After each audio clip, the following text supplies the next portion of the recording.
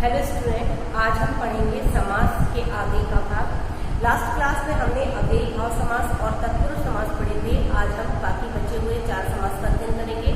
तो आज हम सबसे पहले शुरुआत करते हैं कर्मधारय समास से। कर्मधारय समास जिसमें उत्तर पद कैसा होता है? उत्तर पद प्रधान होता है। प्रधान होता है जिस समास में दूसरा पद प्रधान, दूसरा या उत्तर पद प्रधान होता है तथा पूर्व पद एवं उत्तर पद में उपमान, उपमेय और विशेषण विशेष्य का क्या होता है? इसमें संबंध होता है। यानी पूर्व पद और उत्तर पद कैसे हो, या तो उपमान हो, उपमेय हो या विशेषण या विशेष्य हो, तो वहां पर कर्मधारय समास होता है। ये इसकी परिभाषा है। अब हम इसके कुछ उदाहरण देखते हैं। उदाहरण में हम सबसे पहले देखेंगे विशेषण सूचक शब्द के आधार पर। विशेषण सूचक शब्द के आधार पर। तो सबसे पहले हम इसमें देखते हैं। देखिए, इसमें बताया है उपमान, उपमेय या विशेषण विशेष, यानी पहला पद कैसा हो? विशेषण हो, दूसरा पद क्या हो? विशेष्य हो। या उपमान हो या उपमेय हो, पहला पद उपमान हो, दूसरा पद उपमेय हो।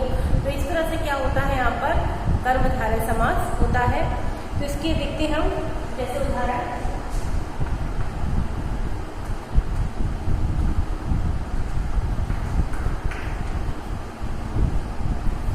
इसका हो जाएगा। ये यहाँ पर शब्द लिखा है प्रधानाध्यापक। इसका हम जब विग्रह करेंगे तो हो जाएगा प्रधान अध्यापक।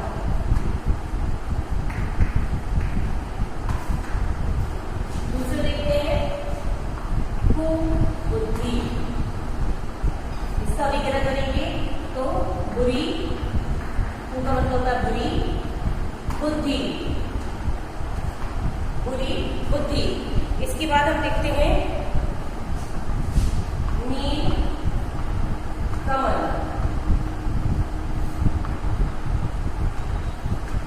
नीला कमल।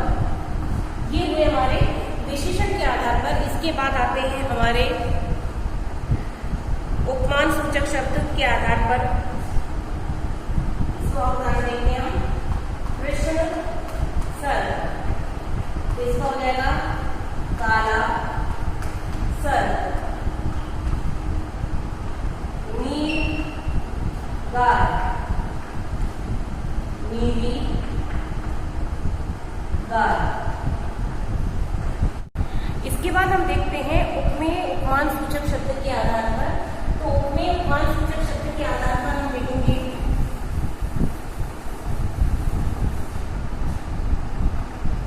उपमेय उपमान के आधार पर हम देखेंगे। तो जैसे हो जाएगा घनश्याम, इसका विग्रह हो जाएगा घन के समान श्याम। कमल नयन, कमल के समान नयन। विद्या धन,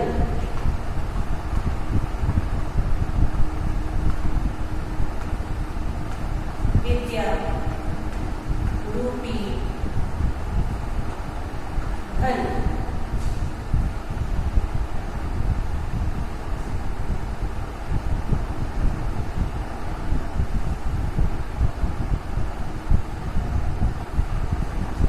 चंद्र मुख, इसका विग्रह हो जाएगा चंद्र के जैसा मुख।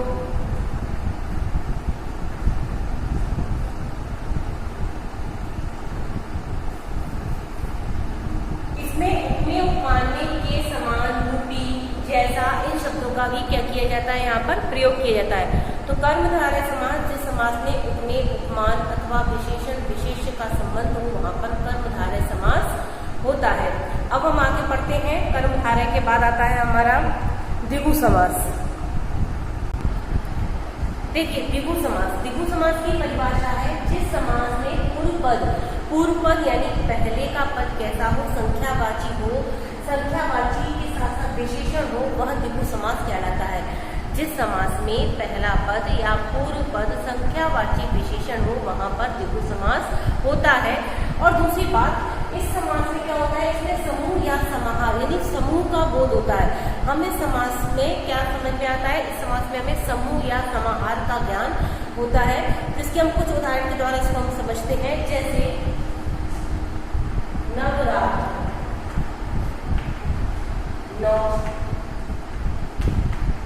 रातों का समूह, चौराहा, चार राहों का समूह, त्रिफला, तीन फलों का समूह, पंचवटी, पांच वटों का समूह। अब देखिए इस समास की परिभाषा कैसी है। इस समास की परिभाषा है कि जिस समास में पहला पद संख्यावाची विशेषण हो वहां पर द्विगु समास होता है। साथ ही इसमें हमें समूह या समाहार का ज्ञान भी होता है। ये किसकी पहचान है, तो नवरात्र, 9 रातों का समूह। अब हमें यहाँ पर समझ में आ रहा है पहला पद कैसा है, संख्यावाची है और समूह का बोध करा रहा है, हमें समूह का ज्ञान करा रहा है। तो ये क्या कौन सा समास हुआ, ये द्विगु समास हुआ। या पंचवटी, 5 वटों का समूह, जहां पर 5 वृक्ष हो, ऐसा समूह जहां पर 5 वृक्ष हो, ऐसी जगह वही क्या कहलाएगी, वो पंचवटी कहलाएगी। या त्रिफला, 3 फलों का समूह। देखिए समाहार या समूह का ज्ञान होना भी आवश्यक है। यदि उनमें से एक भी चीज हट जाती है, तो जैसे चौराहा में एक भी राह अगर हम हटा दें तो वो चौराहा न होकर वो कैसा हो जाएगा, फिर तिराहा बन जाएगा। तो यहाँ पर क्या कह रहे हैं कि वो 4 राहों का वो जो केंद्र बिंदु होता है, जो केंद्र बिंदु होता है, इसे हम कहते हैं चौराहा। जहाँ 4 रास्ते क्या होते हैं, निकलते हैं जहाँ से, तो इसे हम चौराहा, 4 रास्तों का ये क्या है, समूह है। इस जगह को हम चौराहा कहते हैं। इसलिए हमें सबसे क्या ज्ञान होना है, सबसे समूह का, समाहार का ज्ञान होना है। यदि एक भी चीज हम हटा दें तो ये समूह नहीं होगा, फिर ये चौराहा तिराहा हो जाएगा। इसी प्रकार से त्रिफला, मान लीजिए 3 फलों के समूह को कह रहे हैं हम, कोई भी 3 फलों के समूह को हम कह रहे हैं, तो वहाँ वो जगह जहाँ पर 3 फल रखे हुए हैं उन 3 फलों का समूह क्या कहलाएगा, त्रिफला कहलाएगा। यदि हम एक भी चीज उसमें से हटा देते हैं तो वो त्रिफला नहीं होगा, कुछ और हो जाएगा, तो वहाँ द्विगु समास नहीं होगा। तो जिसमें पहला पद कैसा हो, संख्यावाची विशेषण हो और उसमें क्या हो, समूह का, समाहार का बोध होता हो, समस्त पद में क्या होता, समूह का में ज्ञान हो रहा हो, वहां पर द्विगु समास होता है। इसके अन्य भी उदाहरण हैं, जैसे कि सतसई, 700 दोहों का समाहार, तिरंगा, 3 रंगों का समूह, अष्टाध्यायी, 8 अध्यायों का समूह। ये सब द्विगु समास के उदाहरण है। अष्टसिद्धि, 8 सिद्धियों का समूह। तो इस प्रकार से जो हमें समूह का बोध कराए, जिसमें पहला पद संख्यावाची हो, वहां पर द्विगु समास होता है। अब हम इसके बाद पढ़ते हैं द्वंद्व समास। देखिए द्वंद्व समास, इस समास में महत्व के आधार पर इस समास में दोनों ही पद कैसे होते हैं, प्रधान होते हैं, दोनों ही पद मुख्य होते हैं। पूर्व पद भी और उत्तर पद भी, दोनों ही पद कैसे होते हैं, प्रधान या मुख्य होते हैं। इसको हम इस तरह से समझ सकते हैं, द्वंद्व का मतलब होता है झगड़ा। दोनों जो पद होते हैं वो एक दूसरे से ऊपर आने के लिए क्या करते हैं, झगड़ते हैं। इसको हम इस तरह से याद रखने की दृष्टि से कर सकते हैं। तो द्वंद्व समास वह समास है जिस समास में दोनों ही पद कैसे होते हैं, प्रधान होते हैं। इसका जब हम विग्रह करते हैं तो इसमें और, अथवा, या जो भी है ये शब्द आ जाते हैं। और जब इसका समास प्रक्रिया तरह समास करते हैं तो इसमें इन चिन्हों का क्या हो जाता है, लोप हो जाता है। तो इसके हम कुछ उदाहरण देखते हैं द्वंद्व समास के।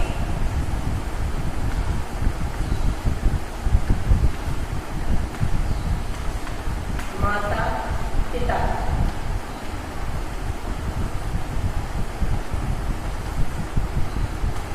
माता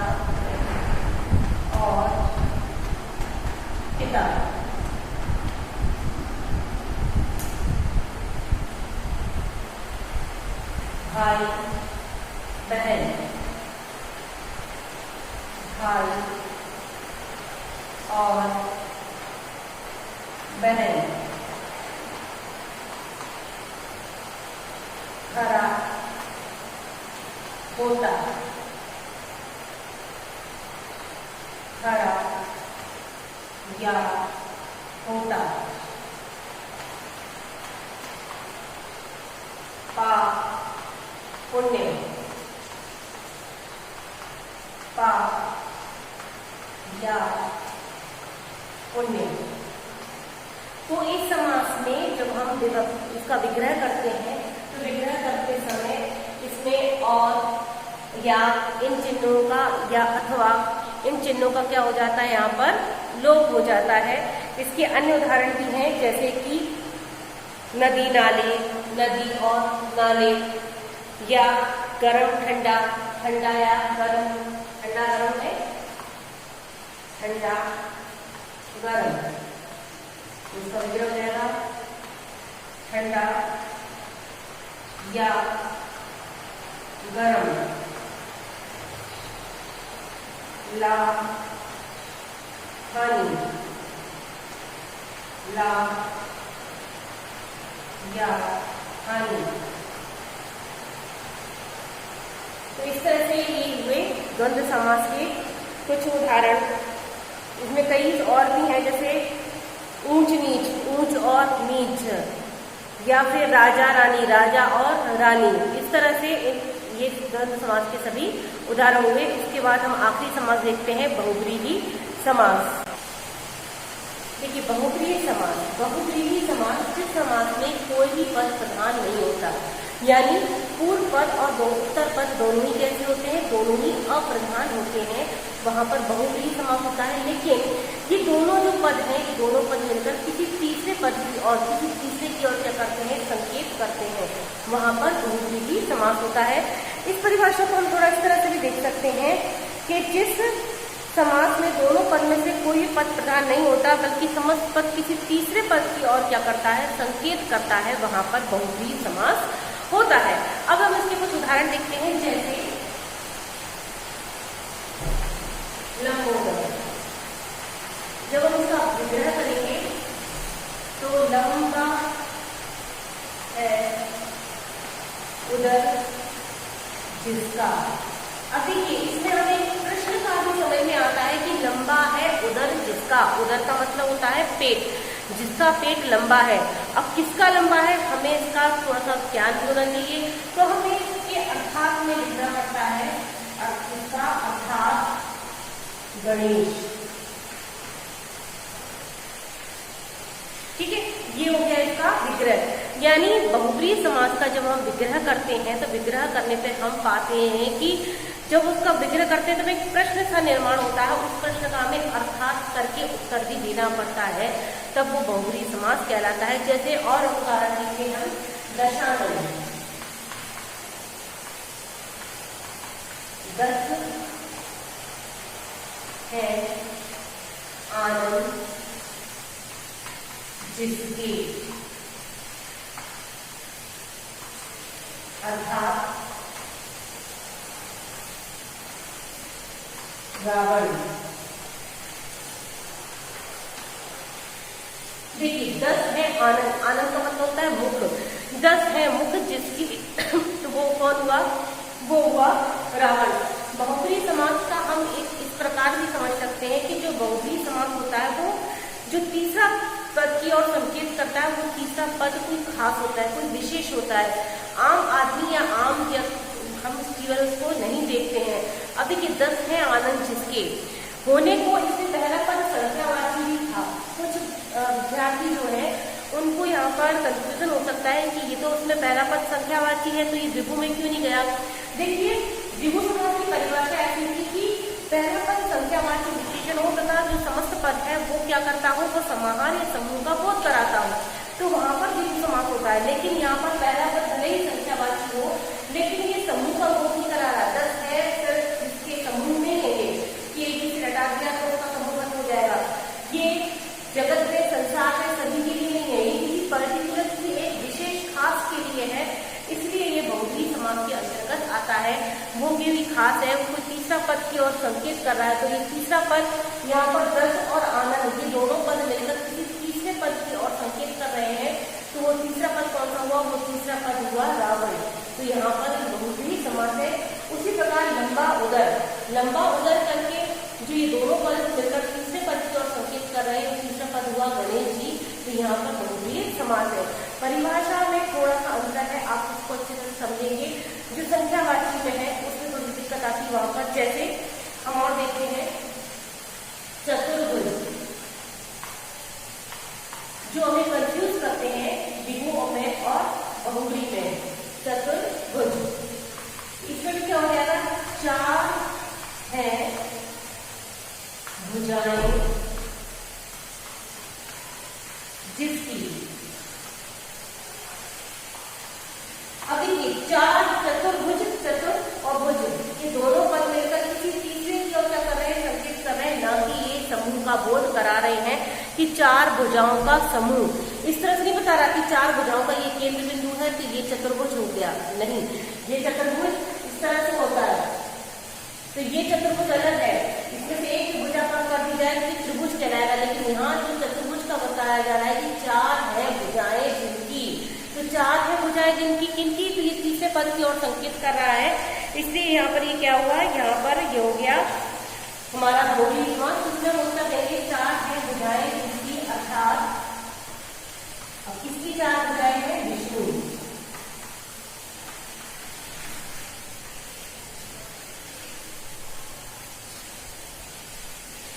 पंचानन,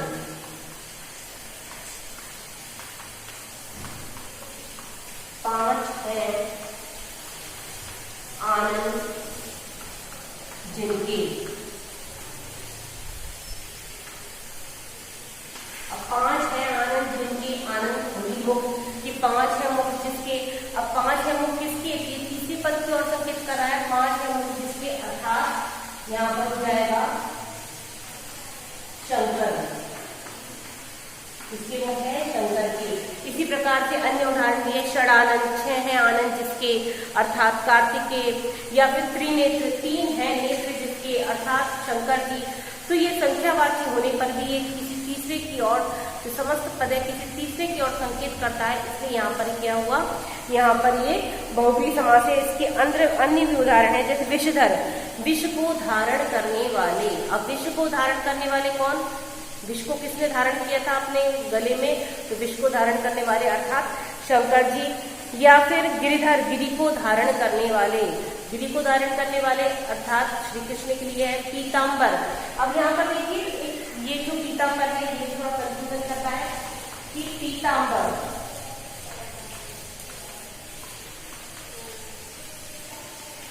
इसका जो हम विग्रह ऐसे करेंगे, पीला है, या पीला भी नहीं करेंगे, इसको सीधे करेंगे पी है अंबर। अंबर का मतलब होता है वस्त्र, जिनका या जिसका। तो इसका अर्थ हम किससे लेते हैं? विष्णु से या कृष्ण से लेते हैं। तो पी है वस्त्र जिसका, अर्थात विष्णु। तो यहाँ पर ये दोनों मिलकर के किसकी ओर? तीसरे पद की ओर क्या करते हैं? संकेत करते हैं। ये शब्द ऐसा है पीताम्बर, ये कर्मधारय में भी आ जाता है और ये बहुव्रीहि में ही आ जाता है। तो इसका इस तरह से हम सॉल्यूशन निकाल सकते हैं कि इसका अगर हमें विग्रह पूछता है तो यदि हम उसका विग्रह पीत अंबर करके करते हैं या पीला अंबर करके करते हैं तो वो कर्मधारय में चला जाता है। और यदि हम इसका विग्रह करते हैं कि पीत है अंबर जिसका, अर्थात विष्णु या अर्थात कृष्ण, तो वो 100% वो आपका बहुव्रीहि समास में ही होगा। अब प्रश्न आता है कि यदि ओटी में ऑब्जेक्टिव में ऐसा क्वेश्चन आता है तो हम उसके लिए कैसे करेंगे? तो बिल्कुल मान के चलिए जब ऑब्जेक्टिव में ऐसा प्रश्न आता है पीताम्बर करके, तो या तो वो आपको कर्मधारय ऑप्शन में देगा या फिर वो आपको बहुव्रीहि ऑप्शन में देगा, दोनों ऑप्शन में नहीं होंगे। और यदि है तो फिर आप वहां पर कर्मधारय समास ही करिए, उसके बाद ही बहुव्रीहि के अंतर्गत आता है। तो इस तरह से ये हमारे हुए सारे समास। आशा है आपको ये समास समझ में आए होंगे।